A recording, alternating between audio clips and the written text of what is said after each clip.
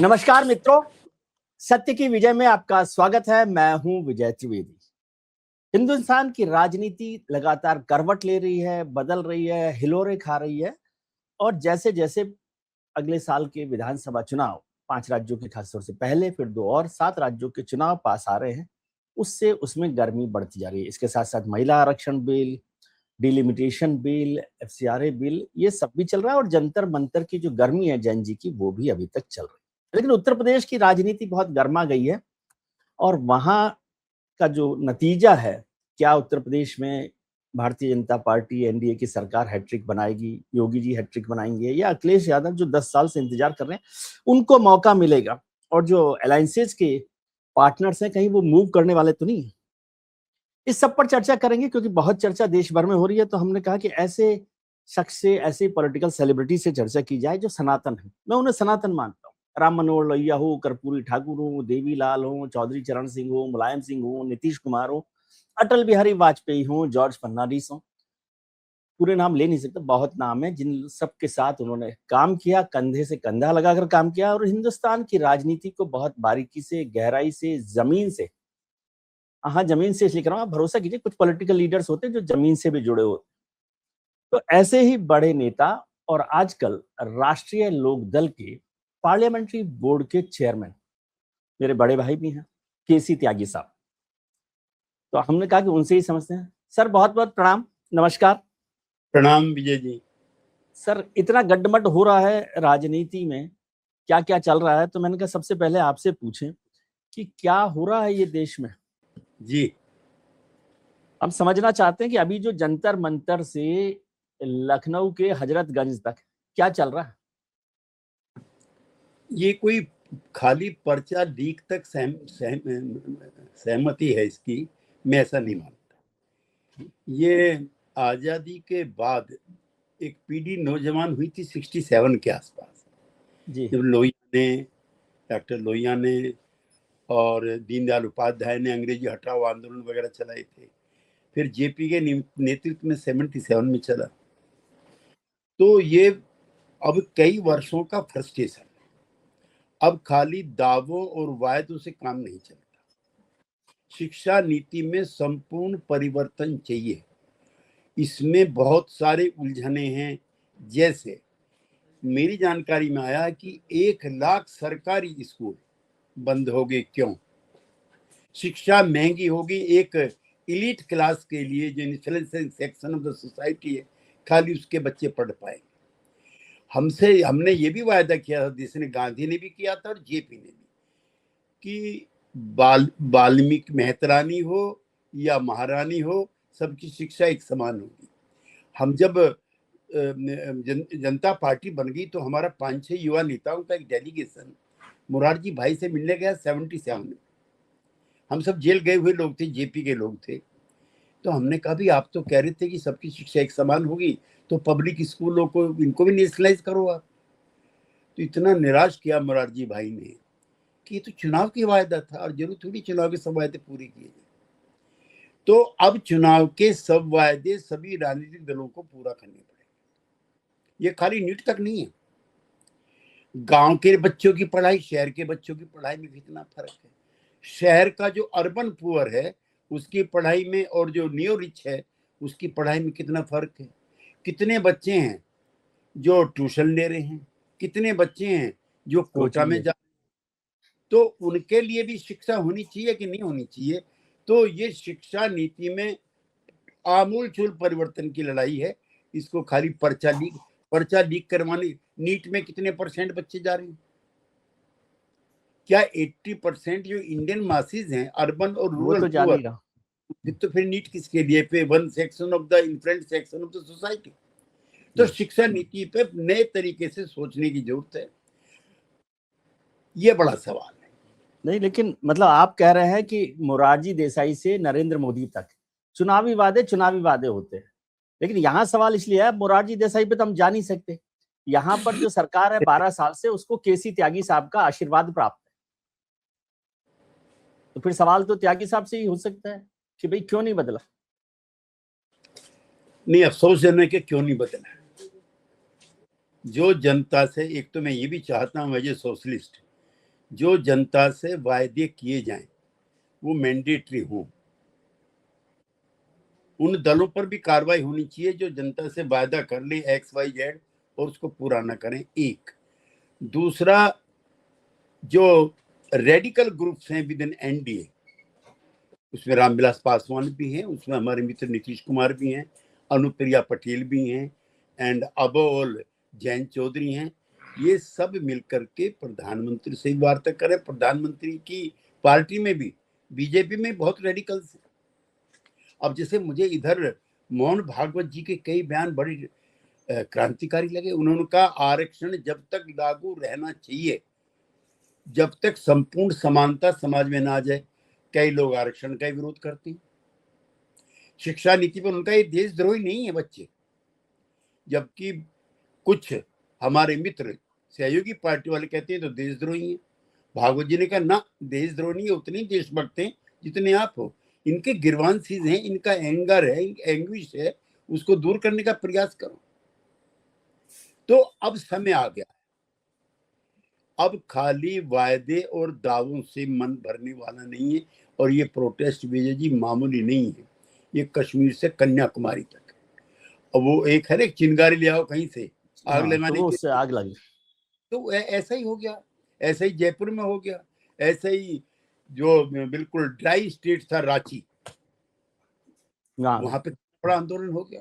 बड़ा लंबा आंदोलन चला, बड़ा आंदोलन चला। मैं तो जो राहुल गांधी की पुणे की मीटिंग है उसको भी गंभीरता से लेता हूँ, जी, अपनी पार्टी के लिए भी, अपने गठबंधन के लिए भी।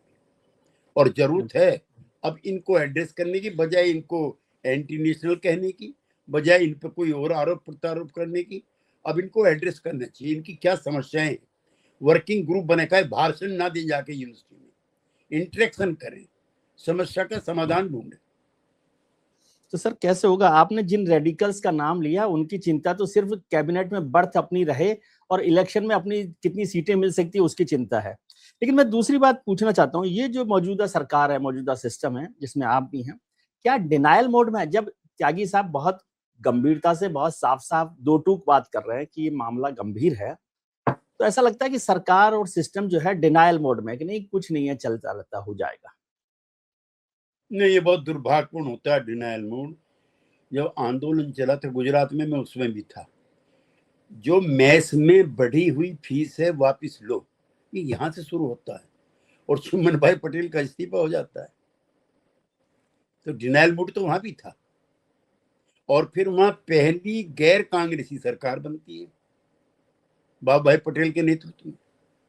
ऐसा ही बिहार में होता है और दिल्ली में भी। जब 12 जून को मिसेस गांधी को राजनाथ जी की एक याचिका पे सुप्रीम कोर्ट, हाई कोर्ट जो है Allahabad high Allahabad, court, Allahabad high कर कोर्ट का देता फैसला, तो उस दिन खाली इंदिरा गांधी को सदा के लिए नहीं कह रहे, वो इस्तीफा दे, कोई कार्यकारी बन जाए, ठीक हो जाए, तो वो भी डिनायल मूड था।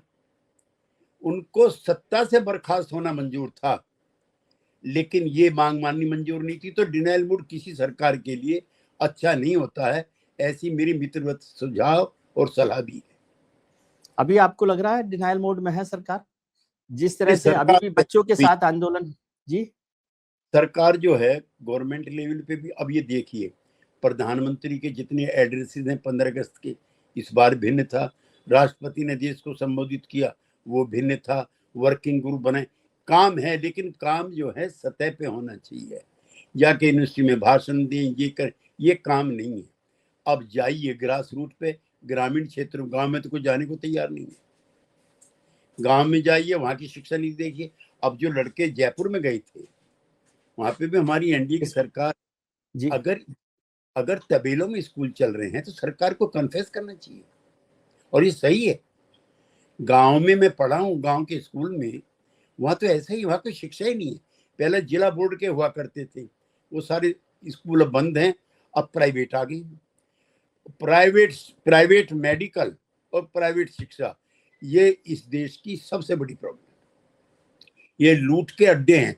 अभी एक रिपोर्ट आई थी एक हफ्ता पहले, आपने विजय देखी होगी, कि होटल का जो किराया है 5 स्टार का है, 3 वो स्टार का, हॉस्पिटल से ज्यादा। हाँ कम है, 5 स्टार का कम है। हाँ, वही कह रहा बताइए। हूँ, हॉस्पिटल का तो ज्यादा है, हॉस्पिटल। आपने तो संविधान में लिखा था ना, शिक्षा स्वास्थ्य सबके लिए होंगे ये। तो ये जो 75-76 साल का फ्रस्ट्रेशन है, इसको रेडिकल तरीके से, ग्रास रूट तरीके से सॉल्व करने की और रिजोल्व करने की जरूरत है, खाली बातों से नहीं है होगा। सर आप जो बात कर रहे हैं वो तो बिल्ली के गले में घंटी बांधना, बल्कि ये कहो अपने गले में घंटी बांधना। शिक्षा और स्वास्थ्य दोनों जिन्हें आप लूट का अड्डा बता रहे हैं, वो तो आपके सारे मित्रों के पास है, किसी भी दल में हो। ज्यादातर एजुकेशन और हेल्थ इंस्टीट्यूशन प्राइवेट वाले पॉलिटिकल लीडर्स के पास है। बदलेगा कैसे जमाना? आप कमा उससे रहे हैं। महाराष्ट्र का तो जो शरद यादव जी हमारे जो मित्र थे, वो एक बार फूड के मिनिस्टर बन गए। मुझे मेरी सारी सोच बदल गई जब जितने भी एनसीपी के, जितने भी बीजेपी के, जितने भी कांग्रेस के, जितने भी शिवसेना के नेता उनके पास आते थे, वो सब चीनी मिल मालिक थे जी। जबकि कहते हैं कि महाराष्ट्र में, वहाँ पे गुजरात में बहुत कोऑपरेटिव सेक्टर बहुत मजबूत है, लेकिन सारे उनके उत्तर भारत में कम से कम इतनी गनीमत है कि सरकारी चीनी मिल भी। तो ये जो प्रॉब्लम पैदा होती है, अभी चीनी वाला चल रहा है, इसमें चीनी का स्टॉक है आपके पास एज ऑन टुडे 2 साल का।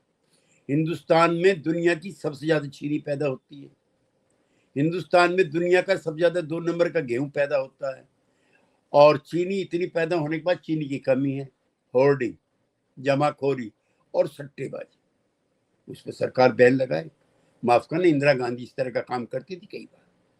वो कोई गरीबों की बहुत बड़ी हमदर्दी ऐसा कह के मैं नहीं कह रहा हूँ, लेकिन होर्डर्स पे अटैक हमारे याद है, वो 70 के दिन के आसपास। इंदिरा गांधी जी की गलतियों से कब तक चलाओगे आप राजनीति? अभी तो सरकार इंपोर्ट कर रही है चीनी का, और होर्डिंग यदि हो रही है तो उसके लिए भी सरकार जिम्मेदार है। यदि प्रोडक्शन कम हुआ है शुगर केन का तो उसके लिए भी जिम्मेदार है। और एथेनॉल को लेकर जितनी नॉन ट्रांसपेरेंट गवर्नमेंट हो रही है, एक क्लोज डोर तरीके से चल रही है, इस सब के लिए जिम्मेदार है ना। साफ बात कीजिए ना विजय जी। ना तो प्रोडक्शन कम हुआ है पिछले साल से, आपकी जानकारी के मैं सेंट्रल वेयर हाउसिंग कॉर्पोरेशन का चेयरमैन रह चुका हूँ अटल जी के समय। अगर 2 साल तक भी सूखा पड़ता है, 2 साल तक भी ओलावृष्टि होती है, तो हमारे कोल्ड स्टोरेज में इतना सामान रखा हुआ है कि हम देश की जनता को 2 साल तक खिला सकते हैं। अब क्या हो रहा है 5 साल 6 साल से, कोरोना पीरियड से आज तक 80 करोड़ लोगों को 5 केजी राशन हम नहीं दे रहे क्या? ये प्रोडक्शन कौन कर रहा है? अब वही दिक्कत फिर आती है। अब 31 रुपए भाव है सरकारी चीनी का, मिल रही है 65। अब किसान इसी फ्रस्ट्रेशन में जब मांगता है कि भाई अगर उनका 65 हो गया तो मार्केट फोर्सेस के हाथ में आप टोटल नियंत्रण मत दो, अपना भी नियंत्रण रखो। अब गन्ने के दाम, अब गन्ने का सीजन आएगा 2 महीने बाद, तो किसानों के दाम थोड़े बहुत क्यों नहीं बढ़ने चाहिए?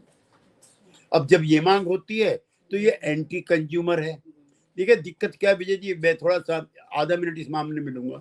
जब प्याज पैदा होती है तो हम सड़क पे फेंकते हैं, जब 2 महीने गुजर जाते हैं तब हमारी आंखों में आंसू आते हैं खरीदते हुए। कब कोई जमाना ये था प्याज काटते हुए आंसू आते थे, अब खरीदते हुए आते हैं। मैंने पुणे, नासिक, अहमदनगर में देखा है सड़कों पे प्याज पड़ी है। आज फिर के दाम, किसान को तो उसका पैसा मिलता ही नहीं।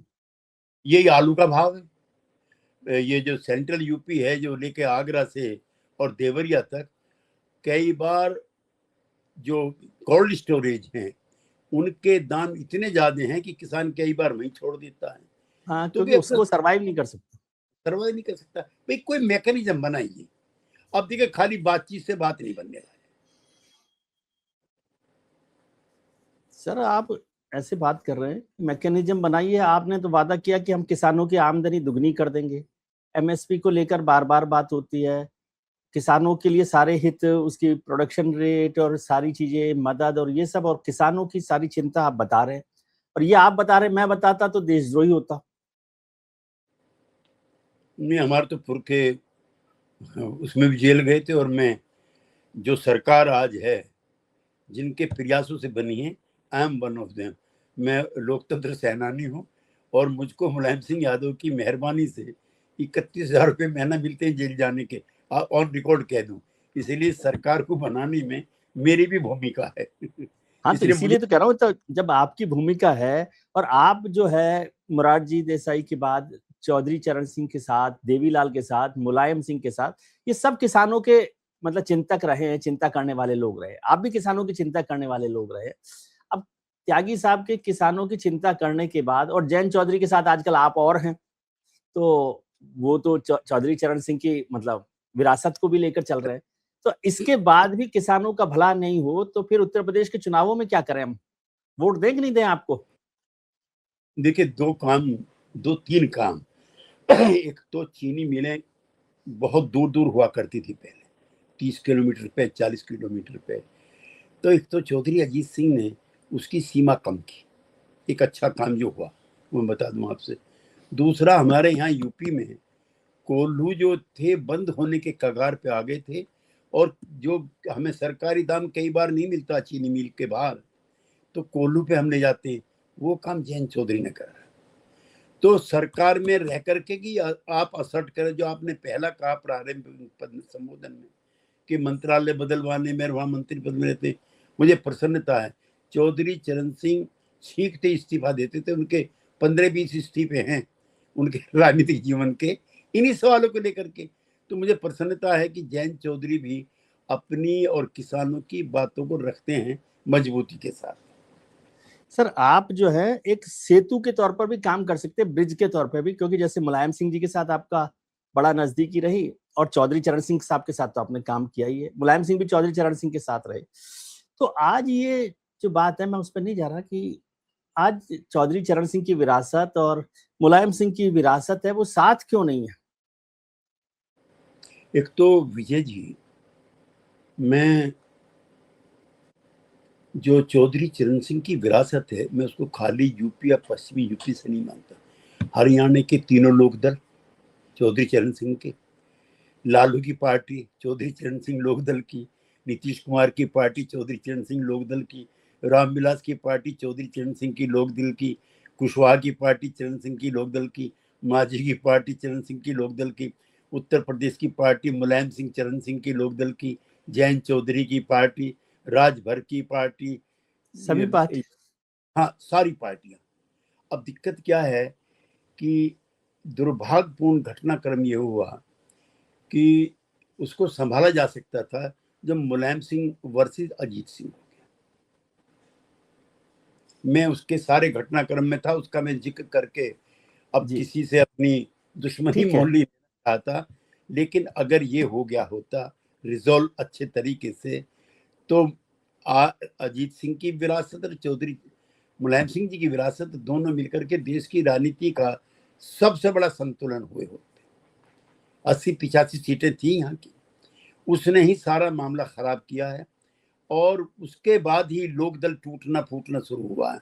आप तो तब कवर करते थे गाजियाबाद से लेकर के और देवरिया तक, it was Lokdal, it was Chaudhary Charan Singh plus Mulayam ji, Singh also. उन्होंने भी बहुत मजबूती के साथ उस विरासत को संभाल के रखा। लेकिन जो बंटवारा हुआ, ये पश्चिमी UP versus rest of the UP दिखने लगा, ये जाट वर्सेस यादव दिखने लगा। तो इसने जितना नुकसान किसान पॉलिटिक्स का किया है, इतना किसी सरकारी दल के हस्तक्षेप ने भी नहीं किया। नहीं तो आपको नहीं लगता कि अब वो हो गया जो हो गया, एकजुट, ये खेतों की बटाई की तरह से राजनीतिक फसल की जो बटाई हुई है, ये नुकसान कर रही है। यदि सब लोग फिर से एक हो जाएं और त्यागी साहब जैसे बुजुर्ग और क्या कहना चाहिए, भरोसेमंद नेतृत्व, कई बार होता है ना, एक भरोसेमंद व्यक्ति हो जिस पर भरोसा किया जा सके, उसमें केसी त्यागी का नाम बड़ा माना जाता है। तो इतने भरोसेमंद, जैसे मैं हरकिशन सिंह सुरजीत को याद करता हूँ आपके लिए, नहीं, तो मैं तो सुरजीत ने सारी बटाई को एक कर दिया था ना, एक बड़ा खेत बना दिया था, तो त्यागी साहब नहीं बना सकते बड़ा खेत? जब डिम्पल यादव चुनाव लड़ रही थी, तो मैं तो इटावा भी उनको अपना आशीर्वाद दे करके आया कि वो जीतनी चाहिए, चूंकि नेताजी के परिवार की बहू है। मैं तो जैन चौधरी जी के उम्मीदवार थे मदन भैया, हालांकि जेडीयू में था, ध्यान रखना जरा। जी। जेडीयू में होते हुए मैं खतौली भी गया। तो मैं तो चाहता हूं कि चौधरी चरण सिंह का जो टूटा हुआ बिखरा हुआ कुनबा है, वो एक बार फिर इकट्ठा हो। लेकिन अब पानी बहुत बह चुका है, ईर्ष्याएं प्रतिस्पर्धाएं बहुत ज्यादा हो गई हैं। लेकिन कम से कम ऐसी तकरार ना हो कि ये शत्रुता का रूप ले लेंगे, जो आजकल यूपी में हो गया है उनके अखिलेश जी के बयान के बाद। और अखिलेश जी को वो बड़े बाप के, बढ़िया बाप के, बड़ा नहीं कह रहा हूँ, बढ़िया बाप के बढ़िया बेटे हैं, उनको ऐसे कमेंट करने से परहेज करना चाहिए। कोई बयान जयंत चौधरी का रहा होगा, लेकिन अब उनकी पार्टी के जो लोग हैं जिस तरह के बयान दे रहे, मैं एक चीज हो रहा ऑन रिकॉर्ड कहूँ आपसे, उनके इन बयानों से एडवांटेज लोकदल, एडवांटेज जयंत हुआ, कोई फायदा नहीं हुआ। और दूसरा, हमारा जो पश्चिम का इलाका है, इसमें यादव बाहुल नहीं है, इसमें कुर्मी बाहुल नहीं है, इसमें राजभर बाहुल नहीं है, इसमें निषाद बाहुल नहीं है, ये कॉन्स्टिट्यूंसी अलग है। इसमें जाट और गुर्जर पिछड़ों की सबसे बड़ी जातियां हैं, सबसे बड़ी जातियां। तीसरे नंबर पर लोध आते हैं, हालांकि लोध थोड़ा सा आगे है, अलीगढ़ और उसके आगे जाकर के हैं। तो ये किसान जातियां तो आज लोकदल के साथ हैं, तो कोई फायदा नहीं होने वाला। और खाली अकेले मुस्लिम के बलबूते पर उनकी संख्या बहुत ज्यादा है। और एक जमाना ये था, आपको ताज्जुब होगा विजय जी, मैं तो उस लोकदल में रहा हूँ, सहारनपुर से लेकर के और एटा तक 9 मुस्लिम एमपी जीत के आते थे चरण सिंह के। वो भी और चरण सिंह को कोई ये भी नहीं कह सकता कि मुस्लिम परस्त थे, वो कट्टर आर्य समाजी थे, उन रिचुअल्स को परफॉर्म करते थे जो महर्षि दयानंद की दी हुई है। अब तो स्थिति जिस तरह की हो गई है, इसमें विषाक्त कीटाणु बहुत पैदा हो गए, और आसपास के जो फेवर सीकर्स हैं वो भी नहीं चाहते हैं कई अवसरों पर कि ये हो, वरना तो चरण सिंह की जो विरासत है बिहार में, यूपी में इकट्ठी हो तो देश की राजनीति बदली हुई मिले। नहीं, तो मैं तो इसीलिए कह रहा हूँ कि भाई उससे ताकत भी तो बढ़ती है ना। किसी भी दल के साथ आप रहे, मुझे नहीं पता कि आप भारतीय जनता पार्टी के साथ हैं आज, जयंत जी वो अलग है। और जो आपने बयान की बात की, मैं तो उस पर आना ही नहीं चाहता क्योंकि मैं उससे बहुत दूर रहता हूँ इस तरह की बातों से। लेकिन शुरुआत तो अखिलेश जी ने कहा कि जयंत जी ने की कि भाई मैं वो कोई चवन्नी नहीं कि जो पलट जाऊंगा, तो उन्होंने उसका पॉलिटिकल इस्तेमाल कर लिया अखिलेश जी ने कि भाई चवन्नी तो पलट गई। और फिर अखिलेश जी की तकलीफ तो यह है कि अखिलेश जी के कंधे पे चढ़ के तो आप राज्यसभा के एमपी बने हैं, ये भी तो सच है। मैं विजय थोड़ा सा क्लियर कर दूं, मैं 10 एमएलए उस समय जयंत चौधरी की पार्टी के थे जी। अगर वो 10 एमएलए आप निकाल दो तो समाजवादी पार्टी को सिर्फ 2 सीटें मिलती। ये दोनों के कंपल्सन थे, खाली ये मत कहिए कि उन्होंने इनको भेजा। विधानसभा 34 एक सेकंड 34 विधायकों पर 1 सीट आती है, फिर 34, फिर 34। अगर ये 10 नहीं है तो 30 सीट नहीं निकलती। और इस तरह का नहीं कहना चाहिए, फिर तो जो चरण सिंह जी के समर्थक हैं वो भी कह देंगे जो भी आज है Sapa led by Mulayam Singh Yadav, but for चरण सिंह अलोन, 74 में, उससे पहले मुलायम सिंह हार गए थे। मैं एक एक घटना, अब मैं मुलायम सिंह समर्थक हूँ, आज भी बता दूं आपसे, चौधरी चरण सिंह मेरे नेता, लेकिन मैंने लंबे समय तक मुलायम सिंह के साथ किया है और उन्होंने जो राजनीति की उसका मैं समर्थक हूँ। लेकिन उनको बनाने में वो तो आउट ऑफ सीन कई बार हो गए थे।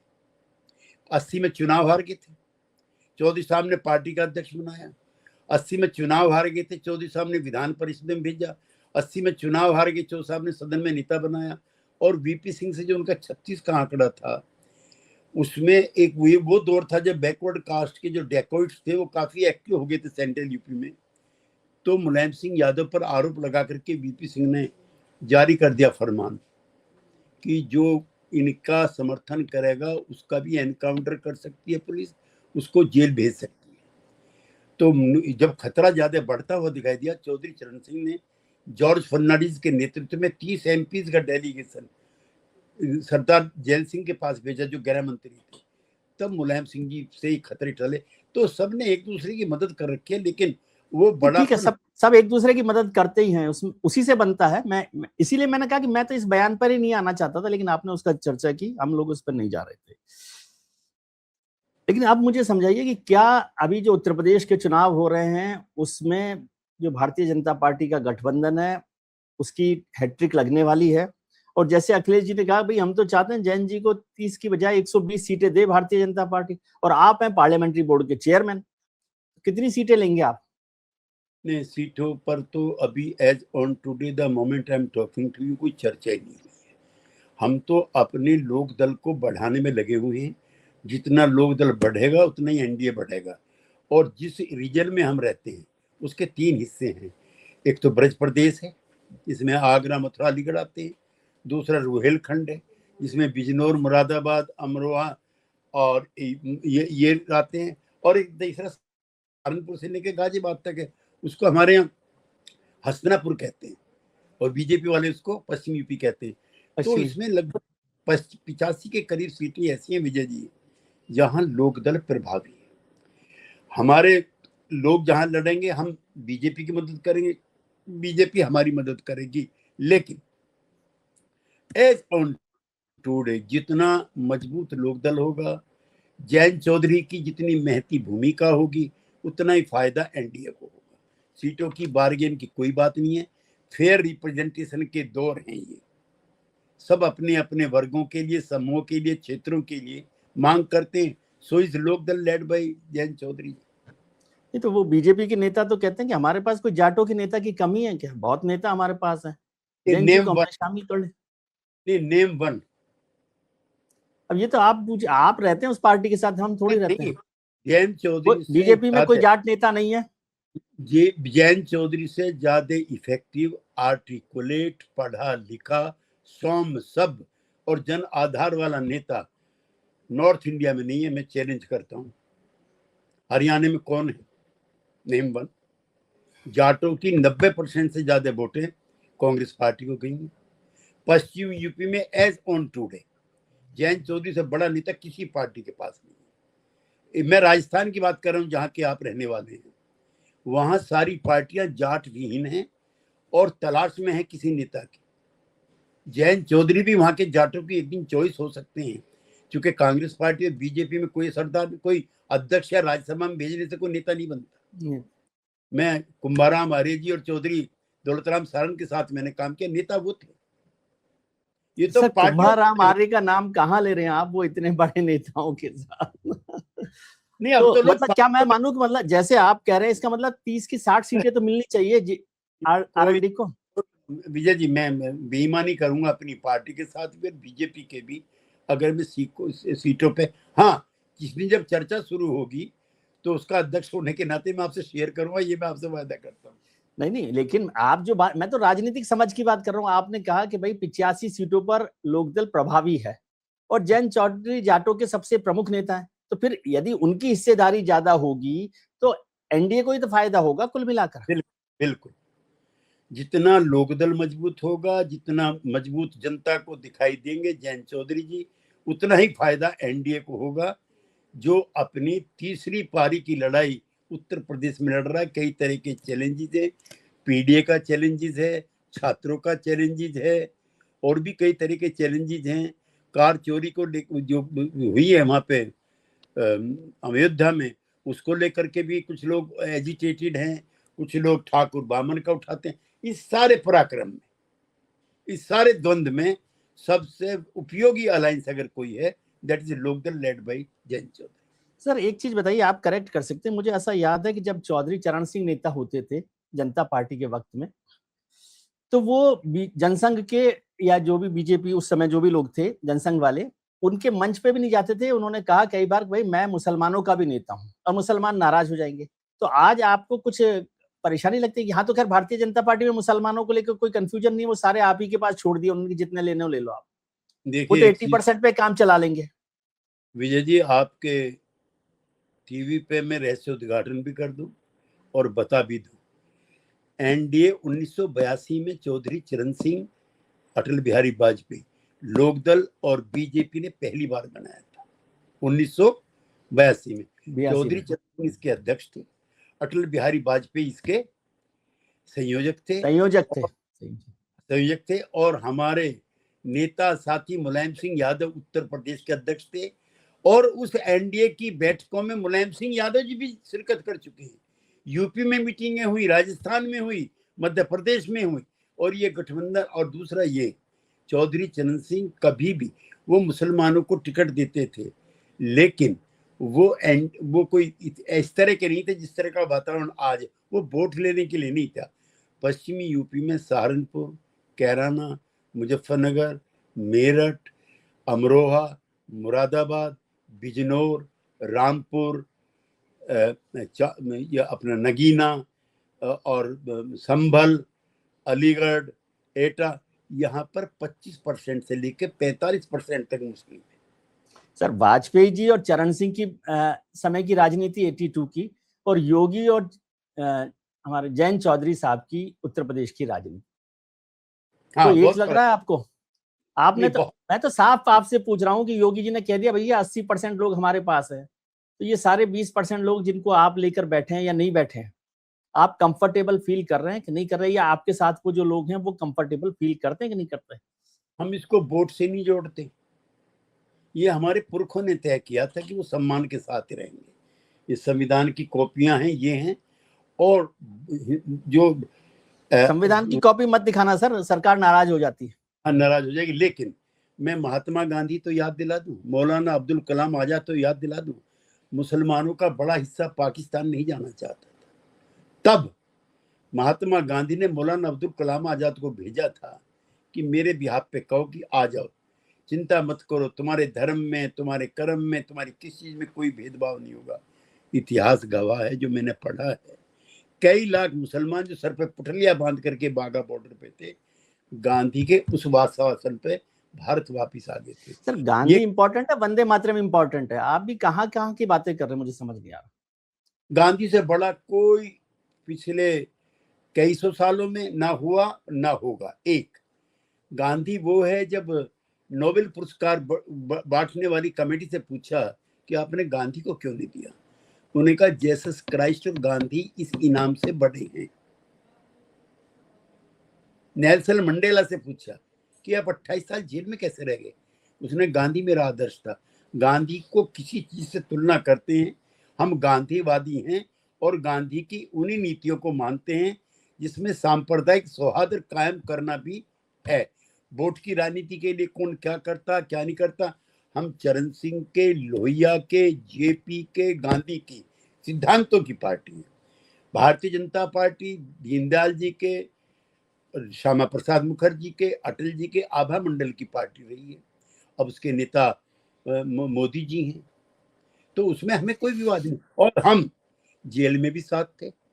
ये तो सर, आपको मैं राजनीति में और वैसे बड़े भाई के तौर पे देखता हूं, और मैं सोचता हूं ये सिद्धांत और सच की बात आपने अभी तक छोड़ी नहीं है। जनता दल को आपको इसलिए निकलना पड़ा वहां से कि ये सिद्धांत और सच के आप रास्ते पर अभी तक चल रहे, तो या तो आप आउटडेटेड है, यही मान या लीजिए। मेरी शुभकामनाओं का कोई मुझे लग नहीं रहा कि आप अभी तक सिद्धांत और सच पर चलने के लिए इस पार्टी को यहाँ पर लेकर आ रहे। ऐसा विजय जी, मैं मामूली किसान के घर में पैदा हुआ था, ठीक है ना। मैंने दोनों सदन देख लिए, और आप जैसे मित्रों की शुभकामना के साथ मेरी पीढ़ी के लोगों में बच्चे भी कम लोग हैं। मैं दूसरी आज़ादी नायक रहा हूँ, और मेरा कार्यकाल, आप दिल्ली के इतने प्रोमिनेंट जर्नलिस्ट हैं, मेरे पे किसी किस्म का कोई दाग नहीं है इस तरह का। और एमएलए एमपी में रह चुका, मुझे कोई ख्वाहिश भी नहीं है। लेकिन इतना सच बोलना ये मेरे एग्जिस्टेंस के लिए भी जरूरी है। As KC Tyagi is known among the friends and sympathizers like Vijay Trivedi. ये बिल्कुल ठीक है। चलिए, आखिरी सवाल कि क्या अभी हम उत्तर प्रदेश पर ही जाएं तो उत्तर प्रदेश की क्या संभावना आप देख रहे हैं? एनडीए की सरकार की वापसी आप देख रहे हैं, या उसमें कुछ कोर्स करेक्शन की जरूरत है आज? देखिए, एक तो चुनाव के दौरान ही गन्ना पिराई होगी, और ये हमारे यहाँ बड़ा सवाल है। अब जैसे देखा ना, चीनी के दाम अगर 66 हो गए हैं, तो किसान का मन अगर ललचा रहा है कि थोड़े से दाम इसके बढ़ जाएं, उसको भी तो मिले, उसको मिले। एक 2 महीने बाद आलू की फसल का शुरू हो जाएगा। देखिए, आगरा, फरुखाबाद, इटावा, मैनपुरी, जालौन, उरई, कानपुर देहात, ये वेस्टर्न सारा यूपी से, जितना वेस्टर्न यूपी से ऊपर चलते ही सारा आलू का खेती का काम। तो उसके हितों की रक्षा भी करनी है। वो सड़क पे ना फेंकना पड़े, वो कोड। देखिए, एक प्रो पीपल, प्रो पीजेंट एक माइंड सेट तो बनाना पड़ेगा। भाई, चरण सिंह और देवीलाल के पीछे क्यों लोग पागल रहते थे, बताइए मुझे। आप कह रहे हैं तो कि अभी सरकार को किसानों की चिंता नहीं है?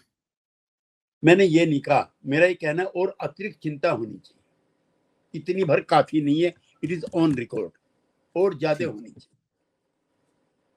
तो फिर से मैं आखिरी सवाल के तौर पे आपसे समझना चाहता हूँ, क्योंकि मैं थोड़ी मोटी बुद्धि का आदमी हूँ। अच्छा, क्या अच्छा। एनडीए की सरकार हैट्रिक लगाने वाली है? आपको ऐसा लग रहा है आज की तारीख, एज ऑफ नाउ? मेरी इच्छा है कि हैट्रिक लगाए एनडीए का सिंपैथाइजर होने के नाते, लेकिन इसके व्यवहार में, इसकी भाषा में, इसकी बोली में, इसके चाल चलन में, इसके क्रियान्वयन में कोई भेदभाव किसी किस्म का नहीं दिखना चाहिए, चाहे वो धार्मिक आधार पे हो, या वो सामाजिक आधार पे हो, या वो क्षेत्र के आधार पे हो। इतना मैं एज ए सोशलिस्ट इतनी इच्छा और अपेक्षा रख सकता हूँ। चलिए सर, ठीक है। बहुत धन्यवाद, बहुत शुक्रिया। मैं चाहता हूँ कि आपके नेतृत्व में, आपके दिशा निर्देश में ये सरकार कुछ अच्छा काम कर पाए। बहुत शुक्रिया। बहुत बहुत थैंक यू धन्यवाद वेरी, जी प्रणाम। आपको। काफी चीज